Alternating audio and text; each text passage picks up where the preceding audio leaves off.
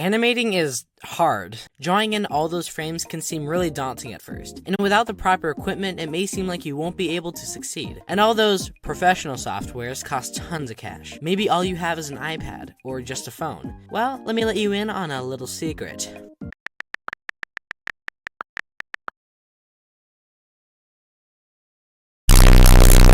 You've probably already heard of FlipaClip, but if you haven't, download it. Like, seriously, do it now or this entire video will be meaningless. First things first, let's open up a project in FlipaClip. Press that button on the bottom and it'll bring you to this page here. Once you're here, you'll want to pick some settings that work well for you. For this tutorial, we're going to change the background to just a plain white. There will also be some other options you can select while still on this screen. I animate all my videos in 24 frames per second, but you can click here and change it to anything from 1 to 30 frames a second. I would recommend a frame rate of at least 18, but anything above 12 works. If it's below a frame rate of 12, the animation starts to look choppy and overall just lower quality. So I would recommend 18 to 24. Once you've got the project created, it's time to start planning out your animation. For this tutorial, I'm going to animate my OC popping up and throwing his arms in the air. We don't want to immediately start off with the final animation, so I'm going to make an animatic of sorts, and sketch out the most important of all the poses. We'll start with a sketch of my character with his arms at his sides. Next, I'm going to sketch out the final frame, which will be my character with his arms in the air this time. And I'm going to copy and paste the head from the frame before so that things stay more or less consistent.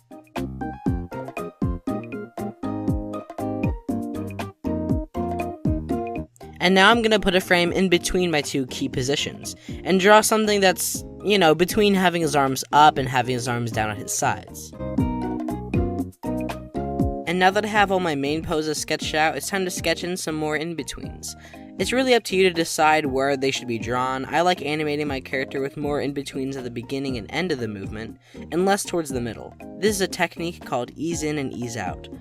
It's one of the 12 principles of animation described by Frank Thomas and Ollie Johnston. If this is the first time you've been hearing about this, then I recommend learning more about it. It's really interesting and extremely helpful.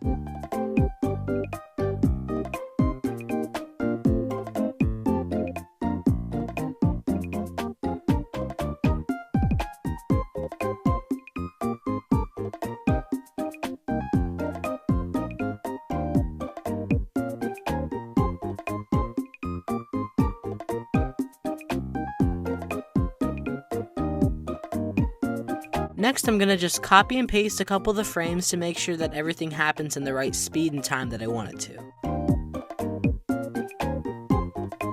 Alright, so now I have all the main movements sketched out, so it's time to ink. This is where layers really come in handy. I'm going to add 2 more layers on top of my initial sketch layer, and use the one at the very top to animate my head. What I'm going to do to save time and keep things looking consistent is use the head that I'm inking right now and use it as a preset later on.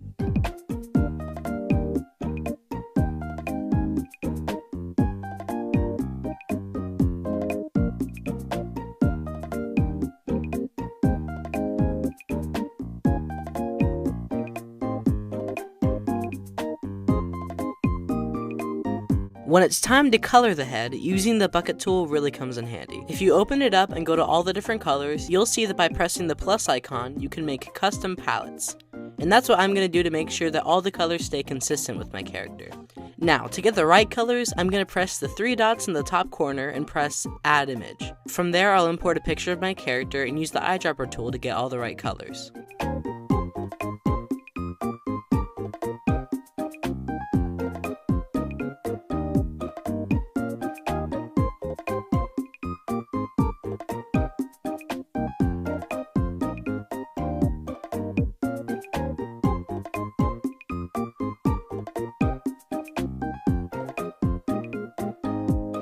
Now that I finished making the head preset, I'm going to copy and paste it across the frames and animate it swooping up using the lasso tool to adjust the position and angle of the head.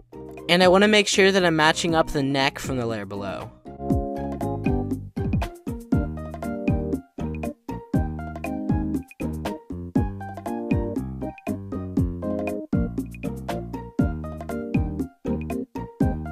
Alright, so now that I'm done with the head animation, it's time to ink the body. I'll go in the layer between my head and sketch layer for this part and ink in each frame.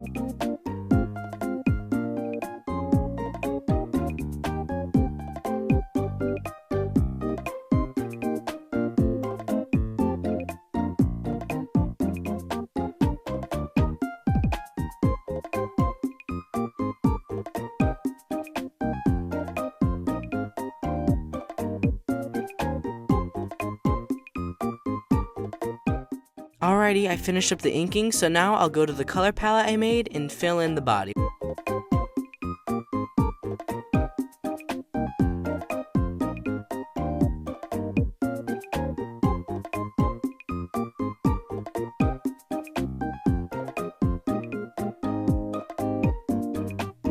Now I want some audio for the animation to go along with. If I press the music icon in the bottom left corner, it brings me to this screen. And from here I'll have a couple options. I can record my own audio, use sound effects since I paid for the premium version, or import my own audio. I'm going to import my own audio for this tutorial, and now I'm going to choose which recording I like the most. Hello everybody! Hello everybody! Hello everybody! Now real quick, I'm going to line up the audio correctly with the animation.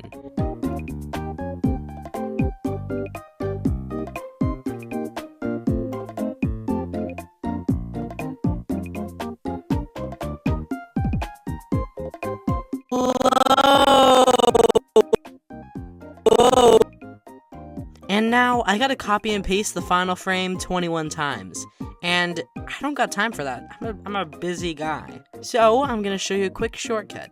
If I press the 3 dots in the upper right hand corner and click Frames Viewer, it'll bring me to this screen. From here, I can tap and hold the last frame, copy it, and paste it a lot quicker. I can also select more than one frame, copy that, and paste more than one at a time. Alrighty, so now I have all the audio lined up with the animation, so it's time to animate the eyes.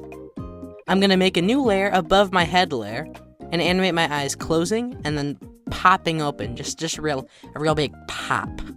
Pop. What is this tutorial? It's really important to make sure that I move the eyes as the head moves too, so that they don't feel disconnected with the face in any way, and they feel like part of the animation. And now the eyes are all done, so now for the final step, everybody. And the most time-consuming step, lip sync. I've memorized the mouth positions for each sound, but if you need a lip sync chart to help guide you with the lip sync, then there's some right here. And please don't trace the lip sync charts.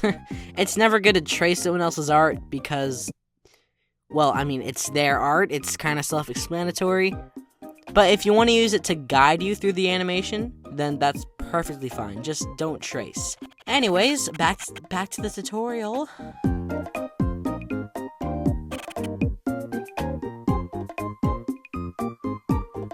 Right here is where the H sound stops and the eh sound begins. So that's where I'm going to draw in my first open mouth position.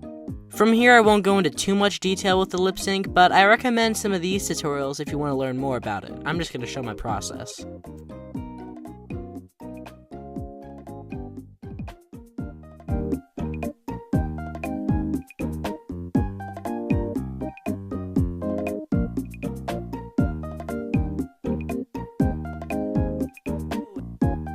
Hello, everybody.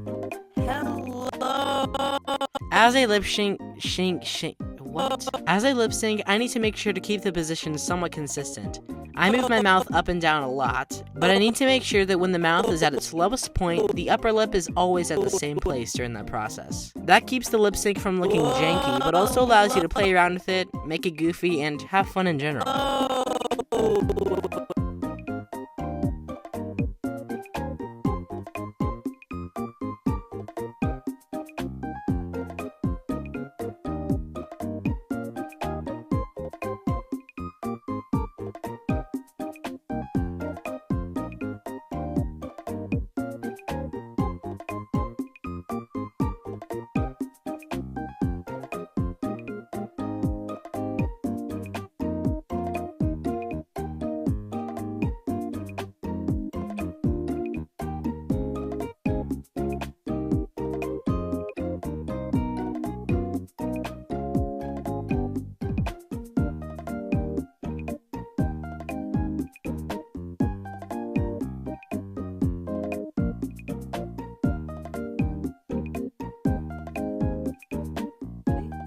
Hello, everybody. Hello, everybody. Finally, I'm gonna add in a background. This last step is definitely optional, but I like using backgrounds in scenes like this to make it feel less empty. Once I paste the background across all the frames, I'll finally be done. Hello, everybody. Hello, everybody. Hello, everybody. Hello, everybody. And boom, just like that, the animation is all done and completed. But there actually is one more step that I didn't talk about in the tutorial. You know, it's called subscribing to piercetoons. And if you subscribe, your animation skills are automatically boosted to like a billion gazillion. So, you know, subscribing to me is smart and good. It's good for you, actually. It's good for the environment. Anyways, like, subscribe, and toodles.